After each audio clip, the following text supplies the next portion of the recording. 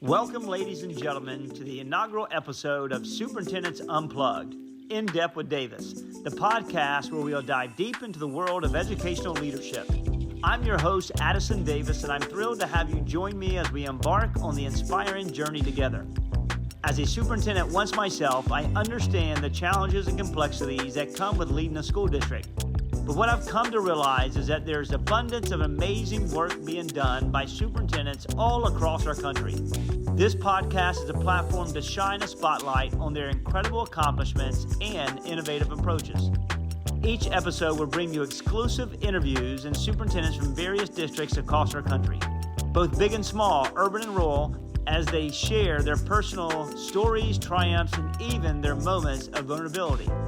We will explore the strategies they employ to tackle the ever-evolving landscape of education, from fostering equity and inclusivity to embracing technology and preparing students for their future.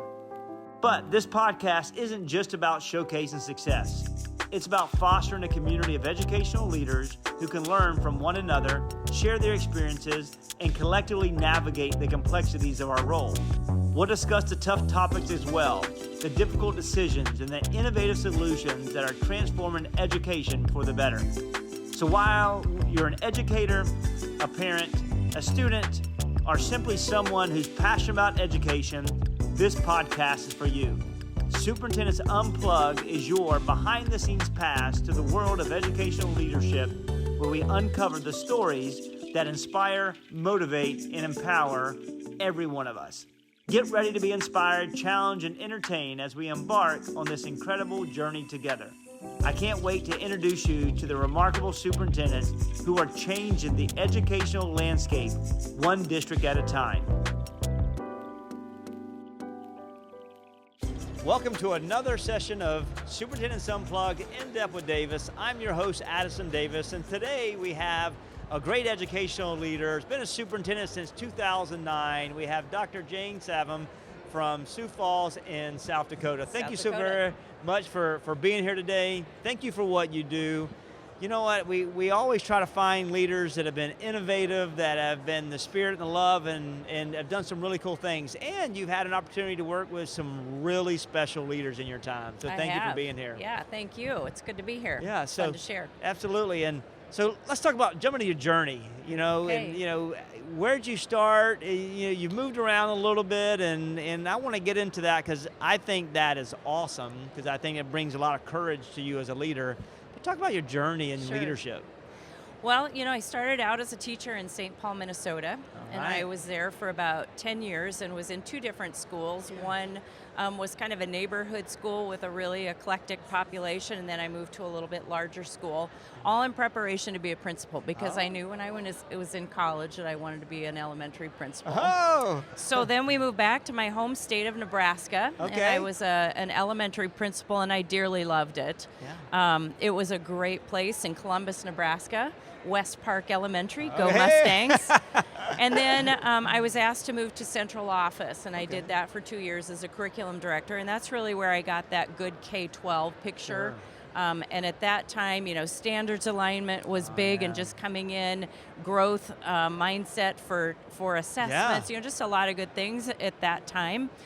So then, from Columbus, I moved into my first superintendency in Blair, Nebraska. Okay. And I was there for 3 years, and I really hadn't planned on going anywhere. But like you said, moving is really part of opportunity in the world of superintendencies. And if you're going to progress, sometimes you have to go where the opportunities are. I love it. And and then from there, you transitioned out, and I went to Lincoln. Yeah, somebody called and said, "Hey, what do you think about working in Lincoln?" And I said, "Well, who wants to know?" And so kind of progressed from there. I was the assistant superintendent for 6 years, and as you know, the superintendent I worked with, Dr. Steve Joel, was a big part of my trajectory, and was a great person to work with. From there, we took our little wild ride to the West Coast. We went to Washington, to the Lake Washington School District for a couple years. Then my parents needed some care. Doing a red eye from Washington to Nebraska every weekend just wasn't going to be a good long-term solution. So we came back to Sioux Falls, and I've been in Sioux Falls for 4 years. That's awesome. And you know what? many leaders, and listen, I was this way as well. I was born and raised in Jacksonville, Florida. I went to school in Jacksonville, Florida, and was an administrator all the way up to the deputy chief of schools in the 20th largest school district in the nation. And I, too, at one point was afraid to move out, was afraid to journey and look at other experiences across this nation, or across the state. And I went to a school district outside of Jacksonville to be a superintendent. And then, you know what? I said, I'd drive 3.5 more hours and go to be the superintendent in Hillsborough County. The best thing I ever did was seize the opportunity to move from one location to the next. Yeah. And we have leaders that are afraid to do it. Don't listen to Doc. Don't be afraid to do it. Take that opportunity, because it's out there. And I think it helps. I'm kind of a person who's wired for change. Yeah. I adjust easily, and I was able to somehow convince my spouse and my family to do that myself.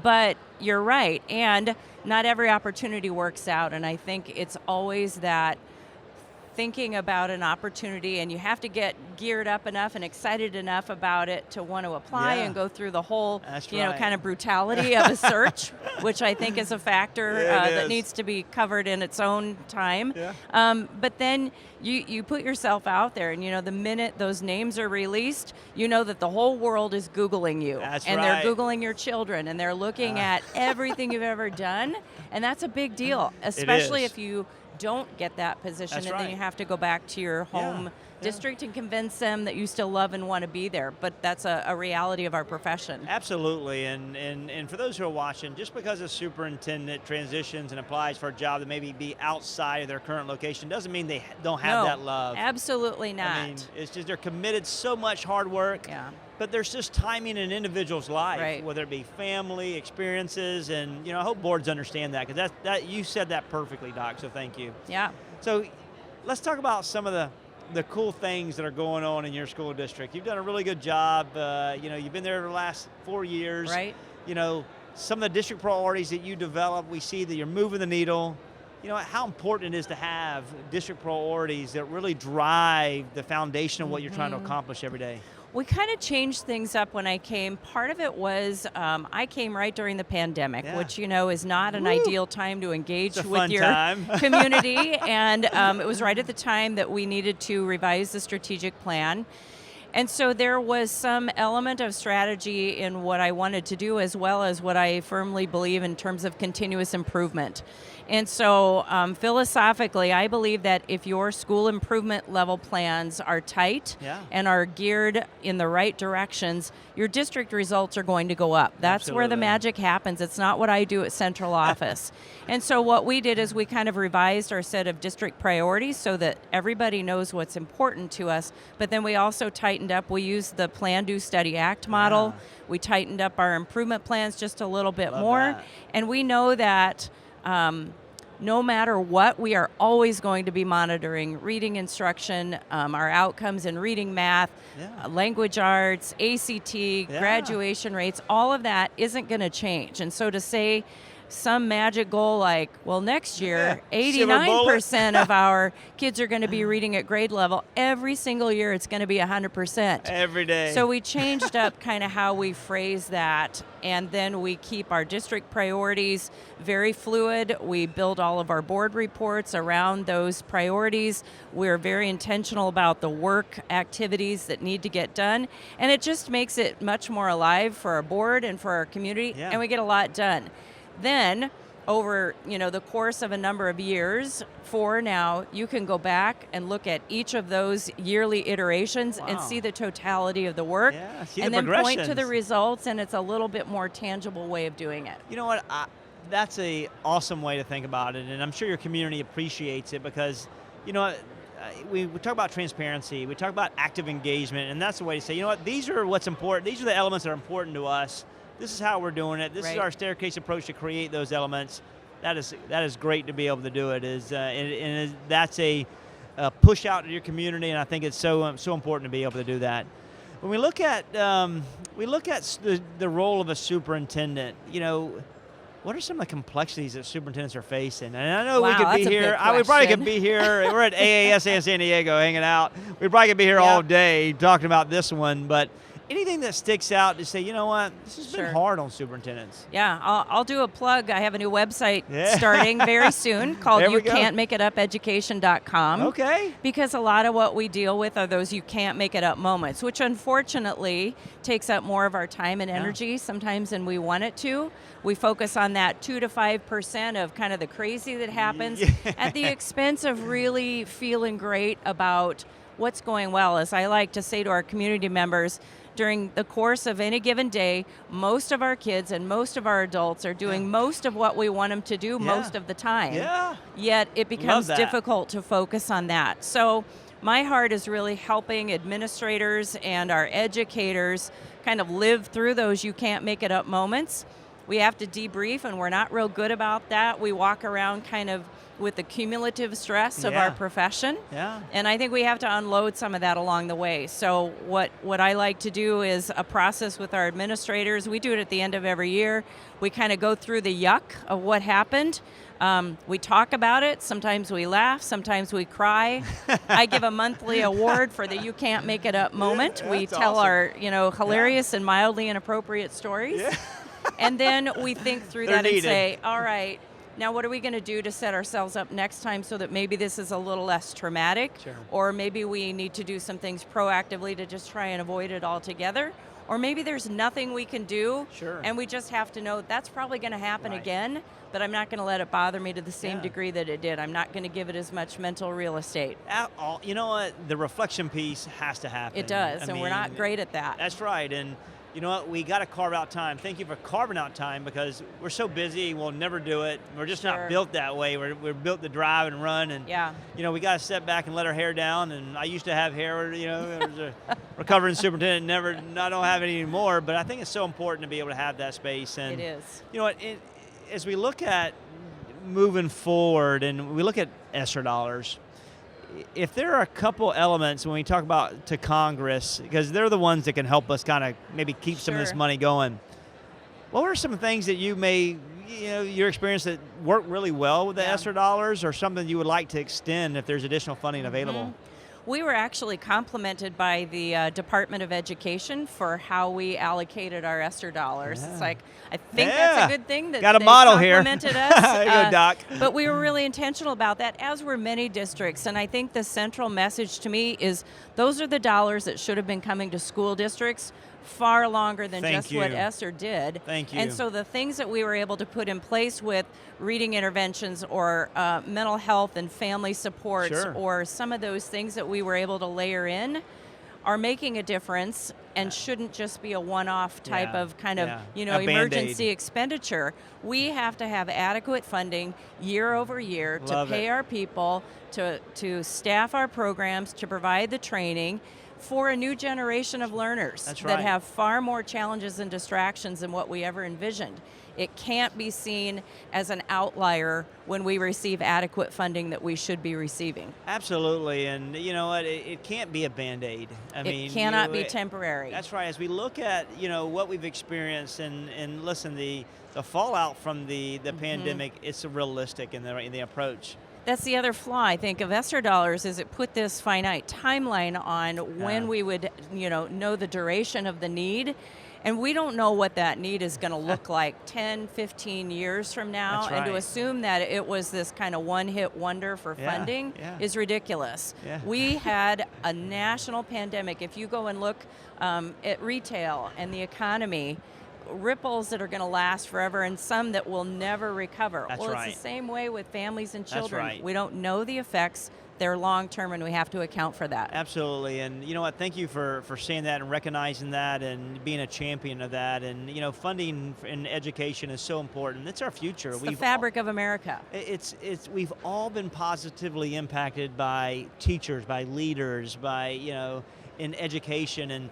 And for us, we talk about the development, and we need the resources, not from a, you know, an isolated perspective, but the wraparound services, the interventions you spoke about, the adopting the right curriculum, the tiered approach, the community engagement side of it. We were allowed to do some really good things for children, and there were dollars. We actually, they funded education right. The other thing that I just want to add is during that whole pandemic, the narrative got flipped to yay teachers, yay education, and how quickly did we revert post-pandemic back to this ugly narrative around anybody in public service. It's teachers, police, nurses. If people think that our heroes. Society is going to survive without those public servants, they are wrong. And we need to continually fight for that narrative. Towns, cities, communities, they depend on public education for their workforce and to keep their communities alive. Absolutely, Doc. And well said. And so those who are watching from a financial perspective, it is so important to be advocates, not only from a local perspective, but a state perspective, but also from a federal perspective as well. Absolutely. One last thing I want to talk about. Sure. The importance of a principal, of hiring principals. And, there's a lot of focus on hiring cabinet. We need cabinet leaders. And, but for me, I believe the most important hire that we can hire is a principalship, because they have so much impact. As a superintendent, I talk about how superintendents should be engaged in that process. Yeah. That's one of the fun parts of being a superintendent, when you have to find where is that fun piece of being a superintendent. Right? I think it's there. That is one of them, and that's cultivating future leaders. And that principal has so much influence on the day-to-day existing, we talk about climate and culture, but it's really how people feel about coming to work, how they feel about the work they do. Right. And often principals are serving as a shield. I just dealt with 2 issues this week. I do school visits every week. And say that again for those who are listening. School visits every week. The only way you're going to know what's going on. I got to be out there, It was talking about the email onslaught that a couple of teachers have been enduring from a couple of parents. They were inappropriate, they weren't productive, and that principal has to act as that shield for teachers so that they can keep teaching and kids can keep learning. But that takes a lot. And so how we prepare principals and how we mentor them, it goes back to, the 2 to 5% that occupies your time and that kind of grinds people down. We have to help them be resilient in some new ways, because that's probably not going to stop. We've started to glamorize some of that bad behavior. That's right. And the drama factor. If you ask people what makes them feel like not doing that job anymore, it's not the issues in the classroom. It's the onslaught of some of the crazy that they deal with. It's also behaviors. And a principal has to be really, really skilled with helping to de-escalate kids, helping to oversee behavior planning, helping to put the supports in place and the systems. So even if the behaviors don't stop, your system is so tight that everybody can withstand it. So that principal is key, but we have to build them up and prepare them to go in and be all things to all people. That's right. And, we talk about preparation programs. They're so important to be able to build capacity and find the right leaders. And it's no longer just being that instructional leader, as you spoke about. It's being a talent manager, a climate and culture builder. It's being an operational expert. It's being a mental, understand how to leverage the multifaceted services that students need and teachers need every single day. And, one thing that, I had 250 principals in my school district. I walked with future potential principal candidates. I met with them individually, had conversation about it, because I couldn't afford it to get it wrong for children. Right. And, thank you for saying you're in classrooms, because it needs to be. It's the way you get the temperature, the realistic. It's not about going in an audit, but it's more of a connectivity to look at what's happening. Is the curriculum make sense? Are students demonstrating understanding? Is the content grade level equivalent? I mean, there's so much. And it's fun. Yeah, it is fun. It's fun. No if matter we're all what. Teachers kind of at heart, I'm jealous when I leave a classroom, because I still love it. I try when I go to school visits to end my day and start my day in a kindergarten classroom, just to see the nurturing, to see the grace, to see the learning expansion, and just see the love and the joy for learning. And we've got to be able to duplicate that in every one of our pre-K through 20 grade levels that we engage with. Well, you know what, Doc, thank you so very much for being here today. Thanks for having me. So inspired by your leadership and what you do. And, for those who are watching, a lot of great points here from Dr. Stavem. When you look at, Sioux Falls in South Dakota, doing really cool things. Looking forward to seeing you next time on Superintendents Unplugged, In Depth with Davis.